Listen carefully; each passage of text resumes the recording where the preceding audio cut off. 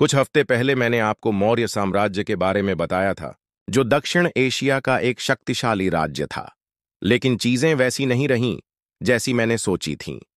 इतिहास की किताबों में जो लिखा है वह पूरी तरह से सच नहीं है। लंबी कहानी छोटी करूं तो मौर्य साम्राज्य वास्तव में उतना विशाल और शक्तिशाली नहीं था जितना हम सोचते हैं। लेकिन इसका मतलब यह नहीं है कि यह एक महत्वपूर्ण साम्राज्य नहीं था। यह एक बेहद दिलचस्प इतिहास है। मैं मौर्य साम्राज्य के बारे में बात करके शुरू करूंगा। यह मगध में स्थित था, जो आज के बिहार में है। यह दक्षिण एशिया का एक बड़ा और ताकतवर साम्राज्य था। इसकी शुरुआत चंद्रगुप्त मौर्य ने 322 ईसा पूर्व में की थी। उन्होंने भारत गंगा के मैदानी इलाकों को जीतकर इस साम्राज्य को मजबूत बनाया। इसकी राजधानी पाटलिपुत्र थी, जो आज के पटना शहर में थी। यह एक बहुत ही रणनीतिक स्थान था, क्योंकि यह गंगा नदी के किनारे था और व्यापार के लिए बहुत अच्छा था। मौर्य साम्राज्य का केंद्र तो पाटलिपुत्र था, लेकिन उसके बाहर की कहानी कुछ अलग थी।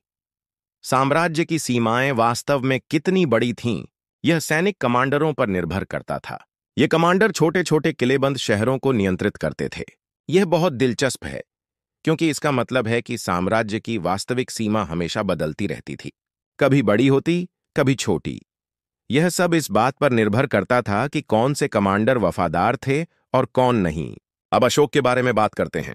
वह 268 से 232 ईसा पूर्व तक शासन करता रहा। उसके समय में मौर्य साम्राज्य अपने चरम पर पहुंच गया। उसने लगभग पूरे भारतीय उपमहाद्वीप पर नियंत्रण कर लिया था, सिवाय दक्षिण के कुछ हिस्सों के। उसने बड़े शहरों और व्यापारिक मार्गों पर अपना प्रभुत्व स्थापित किया। लेकिन क्या आप जानते हैं कि यह नियंत्रण वास्तव में कितना मजबूत था? मुझे लगता है कि यह उतना मजबूत नहीं था जितना हम सोचते हैं।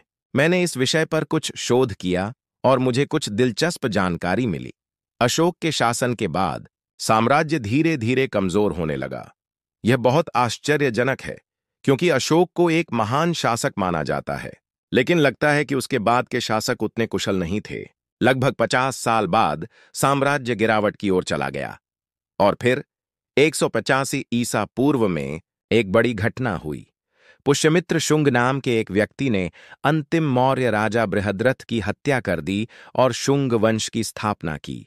यह सब बहुत रोचक है ना? मैं सोच रहा था कि मौर्य साम्राज्य एक अजेय शक्ति थी, लेकिन वास्तविकता कुछ अलग निकली। यह हमें सिखाता है कि इतिहास हमेशा सीधी रेखा में नहीं चलता। कभी कभी बड़े से बड़े साम्राज्य भी गिर जाते हैं। मुझे उम्मीद है कि आपको यह वीडियो पसंद आया होगा। मौर्य साम्राज्य के बारे में और भी बहुत कुछ है जो हम अगली बार देखेंगे। तब तक के लिए अलविदा।